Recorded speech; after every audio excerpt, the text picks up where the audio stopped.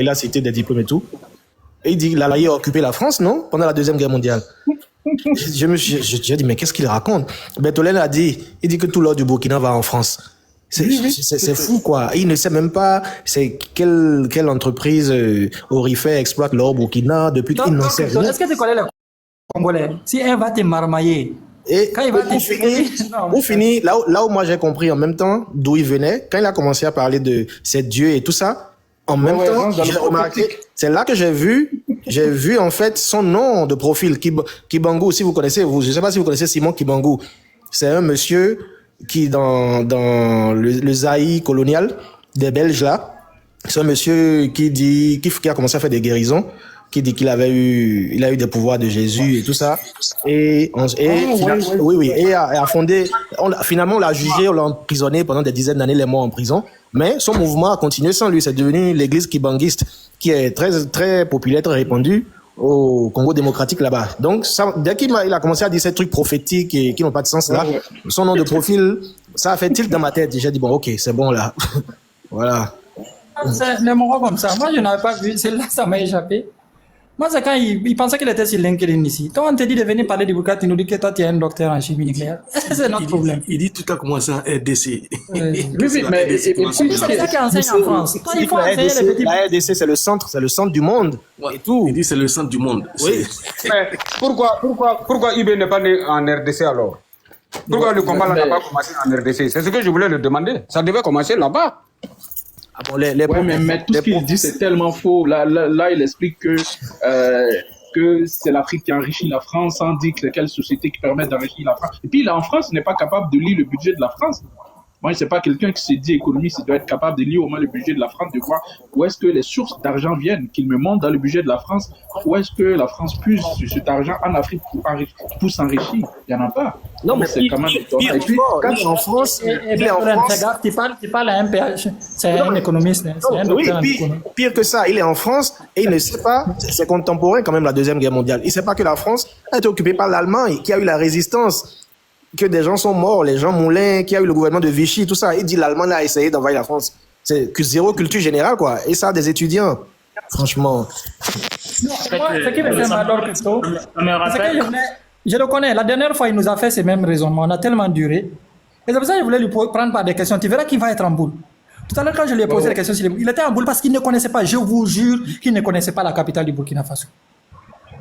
Je vous jure, c'est pour ça qu'il s'est énervé, il s'est mis dans tous ses états. Pour lui, c'était humiliant. Hein. Beaucoup de personnes trouvaient ma question absurde, mais je vous jure, ils pouvaient jurer sur place qu'ils ne connaissaient pas. Et c'est comme ça pour la plupart. Et moi, ce qui me fait mal, ce n'est pas ce qu'il dit, hein, Mike, ce n'est pas ce qu'il dit, mais c'est mes frères burkinabés que je connais. Mike, c'est mes frères burkinabés que je connais qui sont en bas, qui sont des burkinabés, hein, mais qui sont très contents de ce que lui, il dit. Donc, ça n'a rien à voir. C'est-à-dire, ils ont besoin des gars comme ça pour leur défendre eux-mêmes, pour prendre leur défense. Et ça me fait mal. Pour moi, Ibrahim Traoré a défié la rhétorique parce que s'il faut que les Burkinabés l'abandonnent, pour qu'un monsieur Kibungu vienne avec son doctorat en chimie nucléaire pour vous dire que non, la France n'a jamais été envahie et que voilà, Ibrahim Traoré est venu pour sauver parce que le combat il est colonial, ainsi de suite. Mais regardez-moi des choses comme ça. Ouais, Tiens-toi bien que même des Burkinabés ont cette manière de réfléchir. Hein. J'ai eu une discussion pareille avec quelqu'un ce soir. Et il m'a fallu le rappeler à l'ordre en fait. Quelqu'un qui me dit que voilà, le terrorisme n'a pas commencé au temps de Rock, le terrorisme a commencé au temps de Blaise. Voilà. Et la date qui me fait ressortir, c'est quoi? Que il y a eu des attaques repoussées pendant le 11 décembre célébré à Banfora. J'ai dit, mais attends, écoute, qu'est-ce que tu racontes là? Banfora, le 11 décembre, a été célébré en 2020. Est-ce qu'à ce moment, le Blaiseau était présent? Donc, vous voyez, donc c'est des gens comme ça, ils n'ont aucune idée, en réalité, de la chose. Donc, je peux comprendre ce monsieur, en réalité. Ouais, mais en fait, tu sais, ces gens de monsieur, moi, je suis au Canada ici, je le vois énormément. C'est-à-dire qu'il y a plein de Congolais, de Camerounais, ou bien des gens assez âgés même, quand tu discutes avec eux, ils ont tous ces théories-là en disant que l'Occident est enrichi à cause de l'Afrique. Sincèrement, moi je leur ai dit, mais attends, mais pourquoi vous croyez à ces gens de conneries? Ils ont tout ça qu'il y a un complot, ça, tu vois, il a un argument de complotiste parce que tout ce qu'il dit, c'est vraiment du complotiste. Il n'est pas capable de le démontrer. Là, il dit qu'il enseigne en France et tout ça. Et c'est un peu ça. La plupart de nos confrères qui sont en France, il y a la majorité, je pourrais dire plus de 50%, croient vraiment à ce complot-là. Et je comprends pas. Et souvent, tu vas trouver que c'est des gens qui sont un peu dans les petits bouboulots en France, donc ils détestent un peu le blanc. Et c'est quand même, en fait, c'est quand même terrible. Hein. Je sais pas comment on va changer ça, mais quelqu'un à qui tu montres des chiffres, là, en fait, la voix, elle a dit qu'il a montré des chiffres, tout ça, des statistiques, mais il croit rien. Pour lui, eBay va sauver l'Afrique et puis, avec son discours prophétique, là, en fait, ces gens de personnes, ne vous fatiguez pas, il changera pas. Parce que déjà, il a un discours prophétique. Il dit que oui, il y a des dirigeants comme ça qui vont venir. Je sais pas, voilà, sur quoi il se base, mais c'est quand même assez. Et voilà, en fait, c'est compliqué. Là, je sais pas. Non, il n'a pas son cerveau en place. C'est quelqu'un qui est superstitieux. Il n'a pas son cerveau en place. Il pense que c'est toujours le temps de la propagande, quoi. Lui, c'est pas que la propagande est finie. On n'est plus dans ça. Voilà. La propagande est morte. Il est toujours dans le sens de la propagande, en fait. On veut pas dévoiler, c'est un pasteur. Il n'est pas proposé. C'est un pasteur? Ah, c'est possible. C'est possible. Non, mais Bertolène, donc, franchement, tout ça là, c'est la faute de la France parce que l'État que ces gens-là, il faut les expulser de ce pays-là. Franchement, ils ne méritent pas de vivre ici. Mais ils sont en France, ils détestent la France. Moi, je ne comprends pas ça. Je te jure. Non, mais Bertolène, franchement, le ministre de l'Éducation française et les rectorats là, des régions là, franchement, il est temps qu'ils mettent au pas ces gens de personnes, les Niamsi là, les soi-disant pasteurs, c'est Dieu qui les a mis là. Dieu les a mis là pour zigouiller sa population. Mais ces gens-là, ils sont en train de zigouiller que leur population là. Ils sont en guerre contre qui? Disons la vérité, ils sont en guerre contre qui? Tu ne sais même pas comment le terrorisme est arrivé dans ce pays. 18 ans. Ouais, mais malheureusement, quand je vois les enquêtes de Jeune Afrique sur la sympathie que les gens ont sur l'AES, en fait, la perception qu'ils ont, moi, sincèrement, ça m'a tellement choqué cette enquête-là, mais en fait, c'est un peu la réalité. Hein. Quand on discute avec les gens, je pense que les vidéos d'eBay qu'il fait là, parce que moi, ici au Canada, j'en vois plein, surtout dans le milieu anglophone, ça vient. À chaque fois, tu vois plein de messages d'eBay, ça dit que même des pays anglophones, mais les anglophones sont beaucoup plus touchés que les francophones parce qu'ils n'ont pas la capacité d'aller vérifier les choses, donc ils voient uniquement ce qui est traduit. Donc c'est quand même assez grave, en tout cas, ça, il faut... mais je pense que depuis ces années, tous les lives qu'on fait, ça commence à baisser un peu quand même, surtout dans le monde francophone, ça commence à baisser. Mais ces théories complotistes là, c'est vraiment, dans notre milieu, c'est vraiment trop. Ouais. Alors, monsieur le Tolène, entendu pire, c'est que les anglophones reprochent à Ouattara là. Ils ont dit que Ouattara est là pour essayer de zigouiller eBay. C'est ça qu'il a mis la tête des anglophones. Nous, on a entendu des débats chez Mariam, c'est machin, même les Eric là, combien de fois ils ont monté sur des panels anglophones. Que tout simplement, si eBay lui arrive quoi que ce soit, et puis c'est Ouattara qui est responsable. Mais franchement, non, ça fait mal. Même là, moi, je voulais dormir, j'ai même pas pu fermer les yeux à cause de ce pasteur à la con là. Ah, ils nous font chier là. Non, et la voilà. Franchement, il est temps de s'occuper de votre gars là. Il nous a fait mal là. Oh, c'est beau là. Non. Laisse tomber.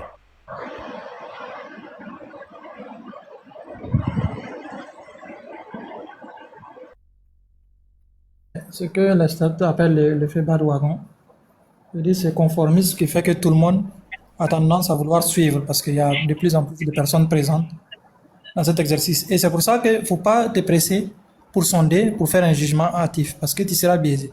C'est comme l'intervention de la CEDEAO au Niger. Moi, je vous ai dit, hein, ils ont été très précis. Ils auraient pu laisser aujourd'hui, si la CEDEAO dit qu'elle va intervenir au Niger, ce sont les Nigériens même qui vont aller prendre les équipements militaires et aider la CEDEAO. Et c'est aussi souvent, c'est pour ça qu'il faut laisser faire les temps. Il faut les laisser faire parce qu'il faut reconnaître que les gens, au départ, étaient beaucoup emballés. Pour la plupart, d'autres viennent témoigner ici, qui regrettent, ainsi de suite. C'est comme ça. Au début, tout le monde n'avait pas vu venir l'arnaque qui est autour de ces pouvoirs. Donc, pour moi, souvent, je ne juge pas les personnes. Hein. Parce que j'ai côtoyé des gens très, très intelligents, mais je vous ai dit, ils ont été influencés par cet effet de populisme. Et c'est ciblé. Quand vous regardez Ibrahim Traoré, vous savez que ce n'est pas anodin. Et surtout pour le cas d'Ibrahim Traoré, c'est un cas d'école parce que la propagande russe a beaucoup marché. Et sa copie a beaucoup marché parce qu'on l'a dupliqué au Burkina. La même approche. Chez nous, on a d'abord éteint toute voie discordante. On s'est projeté sur une communication, des petits projets, ce qu'on appelle des projets à impact rapide. Rapidement, des usines ouvertures, photo, accompagné d'un peu d'intelligence artificielle et on booste, on envoie. On met un budget. C'est la différence entre Goïta et Tchani. Vous voyez que les deux font la même chose, les trois, mais ils ne sont pas célèbres. Ils ne veulent pas investir, ils sont pingres. Ibrahim Egal l'a amplifié avec sa communication. C'est-à-dire, il a promis à Ibrahim Traoré qu'à partir de la communication, Ibrahim Traoré pourra gérer les pays. Alors, on lui a donné suffisamment de moyens pour recruter des activistes, ainsi de suite. Vous verrez, allez-y. Vous pouvez anticiper sur sa page de voir venir. Alors, on a amplifié cette communication, mais je suis désolé, Bertolène. Vous, peut-être, c'est parce que vous avez suffisamment de recul pour pouvoir avoir cet esprit critique, mais je vous dis, vous serez emballé. Moi-même, je me mets dans la peau de ces personnes. J'oublie ce que je sais. Je vais sur YouTube, je tape Burkina Faso. Allez-y voir. Vous tapez sur YouTube Burkina Faso. Je vous dis, vous n'allez pas voir une vidéo qui n'est pas celle d'Ibrahim Traoré. Je le disais au doyen la dernière fois, j'ai cherché les archives des autres présidents. On est en train de les effacer. Et c'est obligé de télécharger comme ça manuellement et de les garder quelque part. Parce que même les archives de la RTB à l'époque de Dr Christian Kabore, les dons, les réceptions, on est en train d'effacer. Il n'y a qu'Ibrahim Traoré qui prime. Ça prend le dessus, il quitte la personnalité. Vous verrez que quand parmi nos ministres, elle ne peut pas sortir de l'eau. M. Tambélis a commencé à trop parler. On l'a dit, bon, monsieur, tu fais de l'ombre à Ibrahim Traoré, dégage. C'est comme ça pour les tenants du pouvoir. Il n'y a qu'Ibrahim Traoré qu'on doit voir. Il n'y a qu'Ibrahim Traoré qu'on doit féliciter. Les initiatives, la gestion de l'État lui-même sont devenues des initiatives présidentielles. On te dit l'initiative présidentielle en doublé. Ce n'est pas un programme, c'est une initiative. C'est Ibrahim Traoré qui décide. L'initiative présidentielle face au Mebo. On te fait des pavés et te dit merci Ibrahim Traoré. Et c'est comme ça qu'on a encensé. On paie des activistes, vous verrez que tout le temps c'est IBFOR, confirme le code, ainsi de suite. Donc on nous prépare. Il y a les photos, matraquages médiatiques qui continuent, on tape, on balance des vidéos. Chaque 2-3 jours, il ne doit pas y avoir un vide. Dans le silence, il y aura des armes qui vont crépiter. On va entendre les terroristes avancer. Et on ne laisse pas ces silences. C'est pour ça qu'il est obligé, après peut-être la sortie d'Emmanuel Ouedraogo ou l'attaque de Djibo, de sortir faire une interview aussi ratée que celle qu'il a fait la dernière fois et laisser des mots aussi mystiques, albinos noirs, pour que des gens fassent un panel pour chercher c'est quoi l'albinos noir. Alors qu'on sait tous que c'est une connerie de plus qu'il a inventé comme d'habitude. Ça ne veut rien dire de dire un albinos noir, je ne vois pas quelle est sa capacité. La dernière fois, c'est le chef de cabinet, et Anderson, il sort un livre dans lequel il dit les discours d'Ibrahim Traoré. Et il fait un livre comme ça, hein. Il fait des livres comme ça, il dit qu'on n'a qu'à venir acheter, lui il va dédicacer. C'est-à-dire c'est un recueil de ce qu'Ibrahim Traoré a dit. Moi, jusqu'à présent, je me demande, il en a vendu combien, je suis curieux de le savoir. Et je me demande qu'est-ce qu'il y a dedans, si c'est les mêmes discours que j'ai entendus là. C'est pas la peine de te casser la tête pour les écrire. Ouais, c'est vraiment terrible, sincèrement. Mon Dieu. Donc c'est compliqué. Donc pour moi, ne les en voulez pas, hein, Bertolène. Quand vous êtes à l'extérieur, c'est qu'on renvoie. Comme tu l'as dit, vous verrez des gens très calés, mais qui ont cet esprit parce qu'ils ne voient que ça. Et la raison, les médias ont une influence souvent, voilà, sur notre prise de décision. Et il l'a compris malheureusement. Bon, son problème, c'est qu'il n'a pas les moyens de sa politique. Chez nous, par exemple, ne serait-ce que les voix contradictions, ne serait-ce que vous voyez les ONG là. On a commencé à tous les demander de plier bagages parce que commence à faire des rapports gênants qui vont à l'encontre de ce que monsieur dit. Donc il dit que les rapports des ONG doivent passer par lui. Il va signer avant de faire passer. Donc il ne doit rien sortir qui va à l'encontre du Burkina lui-même. Et là, je vous dis, ça nettoie beaucoup et logiquement, les gens ne verront que la partie positive. Et ils sont obligés d'être influencés par ça. Et on en côtoie. J'ai vu des Nigériens dire que Tiani vaut rien, des pro-Tiani, hein, par rapport à Ibrahim Traoré. C'est-à-dire Ibrahim Traoré les a mis à dos contre leur propre président. Bon, il faut reconnaître que ce n'est pas une flèche Tiani, mais quand même, c'est exagéré de dire qu'Ibrahim Traoré est exceptionnel parmi les trois. Alors que pour moi, c'est le pire parmi les trois, c'est juste qu'il soigne bien son image. Vas-y, Mike, pour ta motion. Merci beaucoup. Merci la voix, merci la voix. Effectivement, ce que tu viens de dire, c'est nous peut-être on se retrouve peut-être sur les réseaux sociaux et puis on essaie d'avoir quand même quelques informations, même si c'est pas évident. Mais effectivement, il y a certaines personnes qui ne sont pas sur les réseaux sociaux et par contre qui prennent des informations comme ça vient. Et j'ai eu des collègues de travail par exemple, c'est pas quelqu'un, on travaille directement ensemble, il est malien. Et un jour comme ça, on parlait un peu de la situation au Mali et il me racontait des trucs, mais j'ai dit, mais attends, d'où tu tires tes informations là? Mais ce qui se passe au Mali aujourd'hui, c'est assez dramatique. Il m'a dit, comment ça? Et je lui ai amené sur certains sites où il a été lui-même vérifié. Et mais il était abasourdi. Il dit, mais si tu m'avais pas dit ça, je peux jamais croire ce qui se passe aujourd'hui au Mali. Le surlendemain, mais il est revenu encore me voir. Il me dit, non, c'est pas possible. Et par rapport à ça, il a commencé lui-même à avoir des renseignements vis-à-vis des personnes qui connaissent qui vivent au Mali. Donc c'est assez grave quand même parce que cette propagande-là, elle a pris de l'ampleur. Parce qu'il y a aujourd'hui des personnes, comme tu dis, il suffit qu'ils ouvrent YouTube et puis ils tapent Burkina Faso ou ils tapent Mali, c'est ce qui est là-bas qu'ils vont croire. C'est ce qui est là-bas ils vont croire. Parce que cette propagande aujourd'hui, elle est diffusée pratiquement sur tout aujourd'hui les réseaux sociaux. Donc c'est assez dur. Seulement que voilà l'approche de certaines personnes quand ils montrent, on arrive quand même à faire la contradiction et à dire vraiment en réalité ce qui se passe dans les pays là. Et ça, je suis d'accord avec toi. C'était ça ma motion. Et il y en a plusieurs. J'ai un ami, collègue de travail congolais. C'est pareil. Si tu lui parles par exemple de la Côte d'Ivoire, mais pour lui c'est Laurent Gbagbo qui représente la Côte d'Ivoire, que Alassane Ouattara, non, c'est le mal incarné de la Côte d'Ivoire. Voilà. Et la plupart de ces gens-là, ce qui se passe dans leur propre pays, ils ne sont même pas capables d'en parler parce qu'ils s'occupent même pas en fait de ce qui se passe dans leur propre pays. Pourtant, la situation dans leur propre pays est encore plus dure que même pour les autres. Donc, voilà un peu la voie.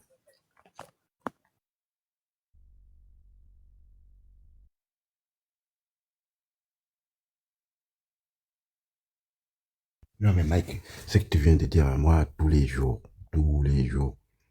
surtout la communauté Soni qui est au Mali, qui sont dans la région de Caï, c'est les plus fermés de tous les fermés. Moi, tous les jours, je me bats.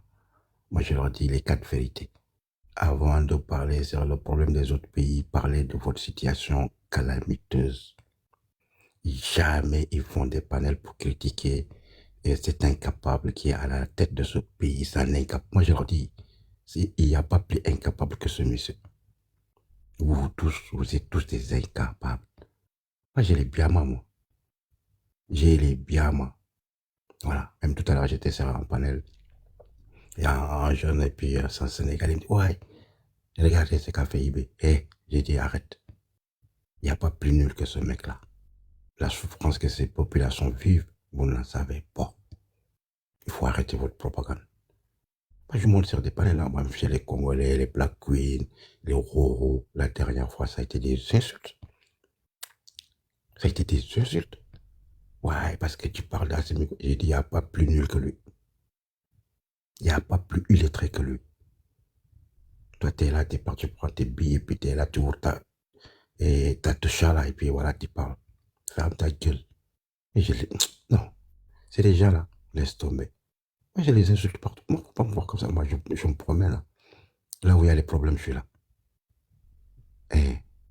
Non, laisse tomber. Ces pays-là, comme la voix même, il a dit, les supporters de Tchane qui disent que Tchane est nul. Ils n'ont rien vu encore. Ils n'ont rien vu. Mais ils n'ont rien vu. Les pays sont moi, la question que je me pose souvent, c'est est-ce que tous les fonds qui sont collectés au Burkina, parce qu'il y a quand même 3 fonds, il y a le fonds de soutien patriotique, il y a également leur FASO, en fait le FASO Memebo, je pense que ça c'est des travaux communautaires, l'embellissement de la ville, et puis le 3e qui est l'APEC, ça c'est l'entrepreneuriat collectif. J'ai vu qu'il y a beaucoup de Burkinabés qui m'ont envoyé des messages et qui disaient qu'au niveau des fonctionnaires, il y a quand même des contraintes, qu'il y a des fonctionnaires qui sont obligés, qui ont été obligés en fait de souscrire à ces fonds-là, parce que voilà, sinon tu gardes pas ta place, ou bien sinon les opérateurs économiques qui disent que si tu contribues pas, que tu vas perdre des marchés. Donc j'ai reçu en fait des messages comme ça, et en tout cas moi à la fin la conclusion que je me fais, c'est que c'est une forme de volontariat qui est peut-être un peu contraint quand même. Et parce que quand j'ai écrit mon article où j'expliquais que au niveau de la transparence, il n'y avait pas tous les normes. Normalement, quand tu crées un fonds comme ça, surtout le fonds APEC, il doit avoir des états financiers chaque 6 mois, des états financiers et puis des rééditions de comptes. Il faut qu'on donne un document détaillé qui explique comment les fonds ont été utilisés. C'est-à-dire comment l'allocation s'est faite, parce que c'est des gens qui ont cotisé. Donc, il faudrait mettre en place un système d'imputabilité et puis, en fait, de réédition de comptes. Normalement, même le financement endogène, lorsqu'on lève du financement endogène, il faut quand même mettre des règles de transparence. Et parce qu'on ne sait pas, est-ce qu'il y a des détournements, est-ce que voilà, tout est fait dans les règles, et puis est-ce qu'en levant ces genres de financement, est-ce que le cadre de l'UEMOA, l'autorité des marchés financiers de l'UEMOA et en fait a été contacté, parce que normalement ces genres de trucs, je pense qu'au niveau de l'APEC, il faut des états financiers pour que l'autorité des marchés financiers de l'UEMOA soit au courant aussi, pour voir si les cotisants, les épargnants sont protégés. Parce qu'il y va de ça. On ne lève pas un financement participatif comme ça. Tout ça, c'est encadré. En tout cas, les messages que j'ai reçus, il y a beaucoup qui qui disent que voilà, ils ont été contraints. Et j'en ai reçu beaucoup de messages. Et tout ce financement-là, je me dis, est-ce qu'il y a une partie qui va pas dans tous ces campagnes de communication que Ibrahim Traoré mène? Parce que j'en vois tellement énormément. On voit surtout dans le monde anglophone, en fait, ça pullule. Je me dis que utiliser tous ces trolls, ces intelligences artificielles qui essaient d'élaborer toutes ces campagnes de communication, c'est des sous qu'on essaie d'injecter dedans. Donc, parce que chaque jour que Dieu fait, mais ça circule hein, pour soigner l'image. Ben, je sais pas où tout cet argent vient, mais il doit y avoir quelque chose quand même qui vient en tout cas de ces cotisations des populations. Donc, je sais pas s'il y a des audits indépendants qui sont mis en place, mais il y a quand même des règles. Quand j'ai regardé la plupart des normes de l'UEMOA qui expliquaient comment l'autorité des marchés financiers devrait recevoir les états financiers, des audits qui doivent être faits par des organismes indépendants, ben la Cour des comptes également. Est-ce que tout ça est fait, en tout cas dans les règles de l'art? Parce que si demain, ces fonds sont dilapidés, donc c'est comme si on a capté les fonds des épargnants. Et puis, j'ai vu des publications de certains Burkinabés qui expliquaient qu'il y a des agences de Sofato, je crois, des agences qui ont été fermées. L'usine même n'est pas fermée, mais des agences qui ont été fermées à cause du mauvais emplacement, que le projet n'a pas été bien pensé. Et puis que lorsque Ibrahim Traoré est arrivé, qu'il y a eu une multiplication d'implantation de ces agences-là, et que ça n'a pas été bien réfléchi. Donc, il y a eu une surcharge de la main-d'œuvre, alors que la charge des employés, c'est quand même un coût. Donc, à la fin, des agences ont été fermées. Donc, tout ça, est-ce qu'il y a des audits transparents qui sont mis en place? Parce que tout ça, le jour même si Ibrahim Traoré n'est pas là, je pense que toutes ces structures-là vont être auditionnées. Dans un État, on ne vient pas comme ça et puis on lève des fonds, on prend des fonds des particuliers ou bien des fonds des citoyens et puis on fait ce qu'on veut avec. Non. Je pense qu'il il aura des audits quand même, mais il faut quand même regarder ça, comment ça fonctionne, tout ça. Moi, j'ai pas toutes les informations parce que je vois que plein de gens m'ont envoyé des messages en disant que oui, est-ce que j'ai les preuves qu'il y a eu des détournements? J'ai dit non. Mon article ne vise pas à dire qu'il y a eu détournement. Moi, j'ai aucune preuve qu'il y a des détournements de fonds de ces trois fonds, de ces deux structures, le fonds de soutien patriotique et puis le financement participatif APEC. Ce que je dis, c'est que les règles de transparence n'ont pas été mises au départ. Il faut qu'on puisse avoir accès aux états financiers, aux audits transparents, à chaque 6 mois qu'on puisse voir où est-ce que les fonds sont passés. Donc, c'est vraiment ça. Je ne sais pas s'il y a des informations, en tout cas, ce que j'ai reçu. Ceux qui m'envoyaient des messages, il y a d'autres qui m'ont dit, je veux pas que mon nom sorte ou bien je m'abonne pas à ta page parce que, mais je te contacte quand même en inbox pour te dire voilà ça. Donc, énormément d'informations. Donc, j'étais quand même assez surpris de voir que, ça en fait plusieurs personnes